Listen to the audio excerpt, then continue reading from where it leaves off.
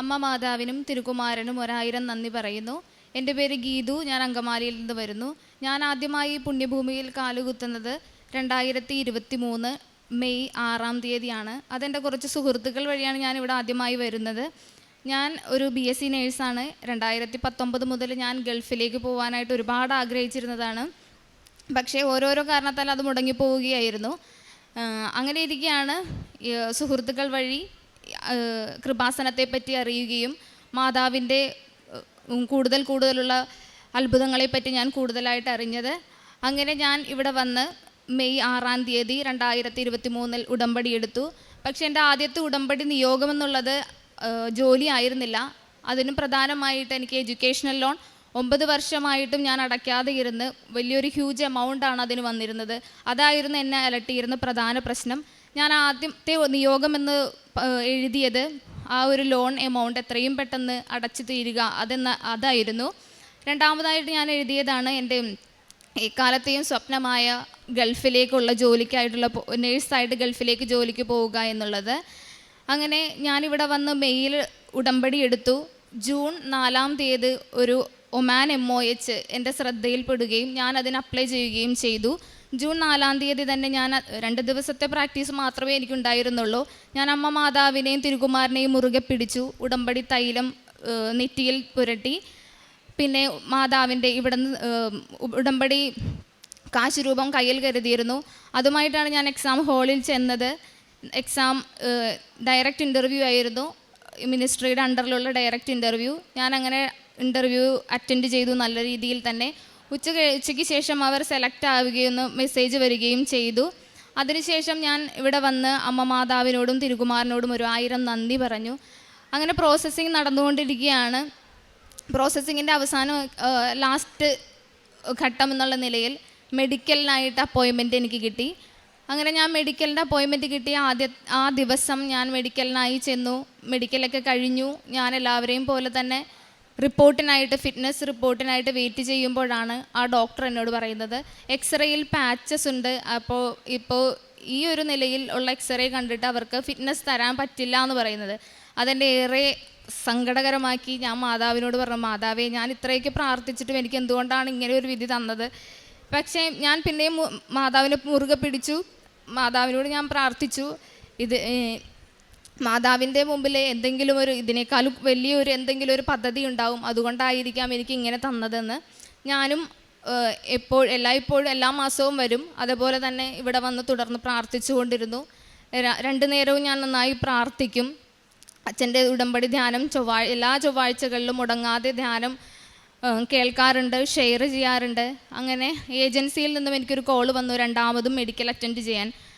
അങ്ങനെ ഞാൻ ഒരുപാട് പ്രാർത്ഥിച്ചിട്ടാണ് അന്നും പോയത്. ഉടമ്പടി തൈലമൊക്കെ പുരട്ടി പോയി. പക്ഷേ അന്നും എനിക്ക് ഫിറ്റ്നസ് കിട്ടിയില്ലായിരുന്നു.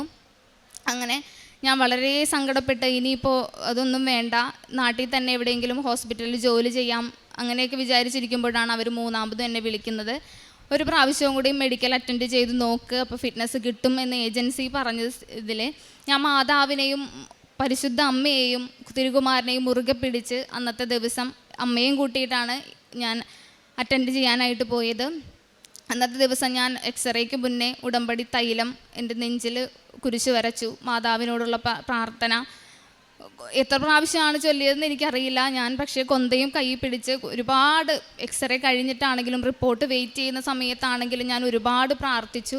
അതിൻ്റെ ഫലമായിട്ട് എനിക്ക് വൈകുന്നേരം ഒരു 4 മണിയോടുകൂടി എനിക്ക് വാട്സപ്പിൽ ഫിറ്റ്നസ് സർട്ടിഫിക്കറ്റ് കിട്ടുകയും ഞാനത് ഏജൻസിക്ക് കൊടുക്കുകയും ചെയ്തു. അങ്ങനെ ഡിസംബർ 25 ഞാൻ അമ്മയോട് പറഞ്ഞിരുന്നു, യേശുവിനോട് ഞാൻ പറഞ്ഞിരുന്നു, എനിക്ക് ഡിസംബർ 25 ക്രിസ്മസിൻ്റെ അന്ന് എനിക്കൊരു ഗിഫ്റ്റായിട്ട്, എനിക്ക് ആരും ഇതുവരെ ഗിഫ്റ്റൊന്നും തന്നിട്ടില്ല ക്രിസ്മസ് ആയിട്ട്. അപ്പോൾ പക്ഷേ എനിക്ക് അമ്മ മാതാവ് എനിക്കൊരു ഗിഫ്റ്റ് തരണം, അന്ന് തന്നെ എനിക്ക് വിസയും ടിക്കറ്റും അന്ന് തന്നെ വേണമെന്ന് ഞാൻ മാതാവിനോട് വാശി പിടിച്ചു. 2 നേരവും ഞാൻ പ്രാർത്ഥിച്ച് കരയുമായിരുന്നു. അങ്ങനെ ദിവസം ഉച്ചയ്ക്ക് ഏജൻസിയിൽ നിന്നൊരു മെസ്സേജ് വന്നു, എൻ്റെ ടിക്കറ്റ് ജനുവരി 24 ടിക്കറ്റും വിസയും വന്നു എന്ന് പറഞ്ഞ്. അന്നത്തെ ദിവസം ഞാൻ മാതാവിനോടും തിരുകുമാരനോടും ഒരുപാട് നന്ദി പറഞ്ഞു. ഞാൻ ജനുവരി 24 മുൻപായി ഇവിടെ വരികയും മാതാവിനോട് അങ്ങേയറ്റം നന്ദി പറയുകയും ചെയ്തു. ഞാൻ അങ്ങനെ ഒമാനിൽ ഇപ്പോൾ വർക്ക് ചെയ്യുന്നു. മിനിസ്ട്രിയുടെ അണ്ടറിൽ ഗവൺമെൻറ്റിലാണ് വർക്ക് ചെയ്യുന്നത്. ഞാൻ വിചാരിച്ചതിനേക്കാളും കൂടുതൽ സാലറിയിലാണ് ഞാനിപ്പോൾ വർക്ക് ചെയ്തുകൊണ്ടിരിക്കുന്നത്. അത് മുഖേന ഞാൻ ആദ്യമായി വെച്ച നിയോഗം, എൻ്റെ എഡ്യൂക്കേഷണൽ ലോൺ അല്ലാത്ത മറ്റു കടങ്ങളും, എൻ്റെ വീട്ടിലെ കടങ്ങളാണെങ്കിലും മറ്റു കടങ്ങളെല്ലാം തീർക്കാനായിട്ട് സാധിച്ചു. എന്നെ ഇവിടം വരെ, വട്ടപൂജ്യത്തിൽ നിന്ന് എന്നെ ഇവിടം വരെ എത്തിച്ചത് അമ്മ മാതാവും തിരുകുമാരനുമാണെന്ന് ഞാൻ ഉറച്ചു വിശ്വസിക്കുന്നു. മനുഷ്യർക്ക് അസാധ്യമായതെന്തും ദൈവത്തിന് സാധ്യമാണെന്ന് ഞാൻ വിശ്വസിക്കുന്നു. പിന്നെ എൻ്റെ ആത്മീയ ജീവിതം എന്ന് പറഞ്ഞാൽ ഞാൻ വിശ്വാസിയായിരുന്നു, പക്ഷേ എനിക്ക് മാതാവിനെ കുറിച്ച് അധികം അറിവുണ്ടായിരുന്നില്ല. അമ്മയുടെ സന്നിധിയിൽ വന്നതിന് ശേഷമാണ് മാതാവിനെ കുറിച്ച് കൂടുതൽ അറിയാനും മാതാവിന് നമ്മളോടുള്ള സ്നേഹം എനിക്ക് കണ്ടറിയാനും സാധിച്ചത്. അങ്ങനെ ഞാനിപ്പോൾ 2 നേരവും പ്രത്യക്ഷീകരണ പ്രാർത്ഥനയാണെങ്കിലും സായാഹ്ന പ്രാർത്ഥനയാണെങ്കിലും മുടങ്ങാതെ ചെയ്തു പോകുന്നു. കാരുണ്യ പ്രവർത്തികൾ എന്ന് പറയുമ്പോൾ ഞാൻ ഒമാനിലേക്ക് പോകുന്നതിന് മുൻപായിട്ടാണെങ്കിലും എൻ്റെ വീടിനടുത്ത് ഒരു ഓൾഡ് ഏജ് ഹോം ഉണ്ട്, നിർമ്മല ഭവൻ എന്നാണ് അതിൻ്റെ പേര്. അവിടുത്തെ അമ്മമാരെ രാവിലെ പോയി അവർക്ക് വേണ്ട കാര്യങ്ങൾ ചെയ്തു കൊടുക്കുക, കുളിപ്പിക്കുക, അല്ലാതെ ബ്രേക്ക്ഫാസ്റ്റ് കൊടുക്കുക, അങ്ങനെയൊക്കെ ചെയ്യുമായിരുന്നു. പിന്നെ എന്നാൽ കഴിയും വിധം 10 പേർക്കോ 15 പേർക്കോ ഫുഡ് കൊടുക്കുകയും എന്നാൽ കഴിയും വിധം ഞാൻ ഇപ്പോഴും ഓരോരുത്തരെ സഹായിച്ചു കൊണ്ടിരിക്കുന്നു. എനിക്ക് ഇത്രയും അനുഭവങ്ങൾ തന്ന, നല്ല അനുഭവങ്ങൾ തന്ന അമ്മ മാതാവിനും തിരുകുമാരനും 1000 നന്ദി പറയുന്നു. മിക്ക പ്രവാചകന്റെ പുസ്തകം 7-ാം അധ്യായം 7-ാം തിരുവചനം. ഞാൻ കർത്താവിലേക്ക് കണ്ണുകൾ ഉയർത്തും, എൻ്റെ രക്ഷകനായ ദൈവത്തിന് വേണ്ടി ഞാൻ കാത്തിരിക്കും, എൻ്റെ ദൈവം എൻ്റെ പ്രാർത്ഥന കേൾക്കും. ഗീതു രാജ് എന്ന ഈ മകൾ തനിക്ക് വിദേശത്ത് പോകുവാനുള്ള മെഡിക്കൽ ഫിറ്റ്നസിൻ്റെ പ്രയാസങ്ങൾ വന്നപ്പോൾ അമ്മ മാതാവിൻ്റെ തിരുനടയിൽ ശരണപ്പെട്ട് പ്രാർത്ഥിക്കുകയും പലതവണ ആ പ്രോസസ്സിൽ പ്രയാസങ്ങൾ നേരിട്ടപ്പോഴൊക്കെയും നിരാശപ്പെടാതെ പ്രാർത്ഥനയിൽ കൂടുതൽ ആശ്രയിച്ചുകൊണ്ട് അമ്മ മാതാവിൻ്റെ തിരുനടയിലെത്തി തൻ്റെ കണ്ണീരും ആകുലതകളും അമ്മയ്ക്ക് സമർപ്പിച്ചുകൊണ്ട് അനുഗ്രഹം അമ്മയിലൂടെ ഈശോ നൽകുമെന്ന പ്രത്യാശയിൽ ജീവിതത്തെ നയിച്ചതിൻ്റെ സാക്ഷ്യമാണ് നമ്മളോട് പങ്കുവയ്ക്കുന്നത്. മകൾ ആദ്യം ആ വിദേശത്ത് പോകുവാനുള്ള പ്രോസസ്സ് തുടങ്ങിയ നാളെ മുതലുള്ള കാര്യങ്ങൾ സൂചിപ്പിക്കുന്നുണ്ട്. പഠനം കഴിഞ്ഞ വിദ്യാഭ്യാസ ലോൺ ഏറെ കൂടി അതിൻ്റെ പലിശ ഉൾപ്പെടെ തിരിച്ചടയ്ക്കുവാനാവാതെ പ്രയാസപ്പെട്ടിരുന്ന നാളുകളിൽ ഉടമ്പടിയെടുത്ത് പ്രാർത്ഥനയിൽ തുടരുമ്പോഴാണ് വിദേശത്ത് പോകുവാനുള്ള ആദ്യം എല്ലാം സുഗമമായിരുന്നു. എന്നാൽ മെഡിക്കലിൽ വരുമ്പോഴാണ് വല്ലാത്ത വിധത്തിൽ അവളാകെ തകർന്നു പോകുന്നത്. ഒരു വൈറ്റ് പാച്ചസ് മൂലം പുറത്തു പോകുവാനാവില്ല, മെഡിക്കൽ ഫിറ്റ്നസ് കിട്ടില്ല എന്ന അറിവ് അവളെ വിഷമിപ്പിക്കുന്നുണ്ട്. എങ്കിലും അത് നിരാശയിലേക്കല്ല, ദൈവത്തിൽ നിന്ന് അകന്നു പോകുന്ന പ്രകൃതത്തിലേക്കല്ല, മറിച്ച് ഇത്രത്തോളം എത്തിച്ചെൻ്റെ അമ്മ മാതാവ് ഇത് പൂർത്തിയാക്കും വരെ എൻ്റെ കൂടെ ഉണ്ടാവും, എനിക്കെൻ്റെ കുറവുകൾ മാറ്റിക്കൊണ്ട് ഞാൻ എന്തായിരിക്കുന്നുവോ എൻ്റെ സീറോ ആയിട്ടുള്ള എൻ്റെ ജീവിതാവസ്ഥകളെ മുഴുവനും മാറ്റി എന്നെ ഹീറോ ആക്കുന്ന ദിവസം വരുമെന്ന് മകൾ വിശ്വസിച്ചുകൊണ്ടാണ് മുന്നേറിയതെന്ന് പറയുന്നുണ്ട്. അവൾ പറയുന്നുണ്ട്, ഞാൻ വട്ടപൂജ്യമായിരുന്നു, എങ്കിലും എൻ്റെ അമ്മ മാതാവാണ് എന്നെ നിരന്തരം വിജയത്തിലേക്കും ഉയർച്ചയിലേക്കും നയിച്ചുകൊണ്ടിരുന്നതെന്ന്. മൂന്നാമത് അവൾ എക്സ്റേ എടുക്കുവാൻ മെഡിക്കലിന് പോകുമ്പോൾ അവർ ചെയ്ത കാര്യങ്ങൾ പറയുന്നുണ്ട്.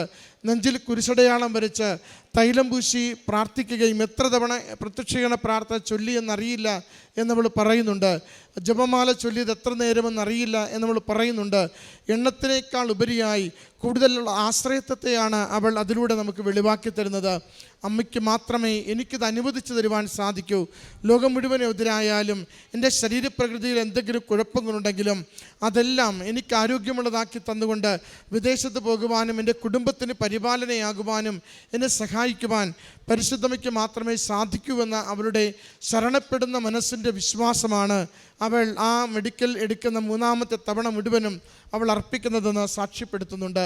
അതാണ് അവൾക്ക് മെഡിക്കൽ ഫിറ്റ്നസ് കിട്ടുകയും വിദേശത്ത് പോകുവാനും കടബാധ്യതകൾ മാറ്റുവാനും ഇന്ന് സുരക്ഷിതമായ രീതിയിൽ ജീവിതത്തെ മുന്നോട്ട് നയിക്കുവാൻ അവൾക്ക് എല്ലാ വഴികളും തുറന്നു കൊടുക്കുന്നത്. മകളുടെ പ്രാർത്ഥനകൾ അനുഗ്രഹിക്കപ്പെട്ടതിനെ നന്ദി പറയുന്നു. മകളുടെ ജീവിതം ഭദ്രമാക്കിയതിനെ നന്ദി പറയുന്നു. മകൾക്ക് കൂടുതൽ വിശ്വാസത്തിന് ആഴം കൊടുത്തുകൊണ്ട് കൂടുതൽ അമ്മ മാതാവിൽ ശരണപ്പെട്ട് ദൈവവിശ്വാസത്തിൽ ആഴപ്പെട്ട് നന്മ പ്രവൃത്തികൾ ചെയ്തുകൊണ്ട് ജീവിതത്തെ ഒരു സാക്ഷ്യമാക്കി മറ്റുള്ളവർക്ക് നൽകുവാൻ മകൾക്ക് ലഭിച്ച അവസരങ്ങൾക്ക് മകൾ നന്ദി പറയുകയാണ്. പ്രിയമുള്ളവരെ, നമുക്ക് താൽക്കാലികമായി നേരിടുന്ന പരാജയങ്ങൾ, പ്രാർത്ഥിച്ചാൽ ഉടനെ ലഭിക്കാത്ത കാര്യങ്ങളെക്കുറിച്ച് നിരാശപ്പെട്ടു പോകുന്ന മനസ്സ്, അതൊക്കെ തിരുത്തുവാനാണ് മകളുടെ സാക്ഷ്യം നമ്മളോട് പറയുന്നത്. പരിശ്രമിച്ചു കൊണ്ടിരിക്കണം, അമ്മയിൽ ആശ്രയിച്ചു കൊണ്ടിരിക്കണം. ഓരോ തവണ ഉടമ്പടി പുതുക്കുമ്പോഴും ഓരോ തവണ അമ്മ മാതാവിൻ്റെ ആലയത്തിലെത്തി അമ്മയുടെ തിരുമുഖം കണ്ടുകൊണ്ട് കണ്ണീരോടുകൂടി നമ്മുടെ നിയോഗങ്ങളെ സമർപ്പിക്കുമ്പോഴും പ്രത്യാശയോടെ പറയണം, എൻ്റെ സമയം അത് പൂർണ്ണമാകുമ്പോൾ, അതിൻ്റെ യഥാർത്ഥ സമയം അനുഗ്രഹത്തിൻ്റെ നിമിഷമെത്തുമ്പോൾ കൂടുതൽ എനിക്ക് നന്മകൾ വരുന്നതിന് വേണ്ടി അമ്മ മാതാവ് എനിക്ക് ഇടപെടുക തന്നെ ചെയ്യുമെന്ന്. ഓരോരുത്തരും ഈ അൾത്താരയിൽ പറയുന്ന സാക്ഷ്യത്തിന് ദൈവത്തിൻ്റെ സമയത്തിൽ അവിടുന്ന് അനുഗ്രഹിക്കുന്നതിൻ്റെ അനുഭവങ്ങളാണ് സാക്ഷ്യപ്പെടുത്തുക.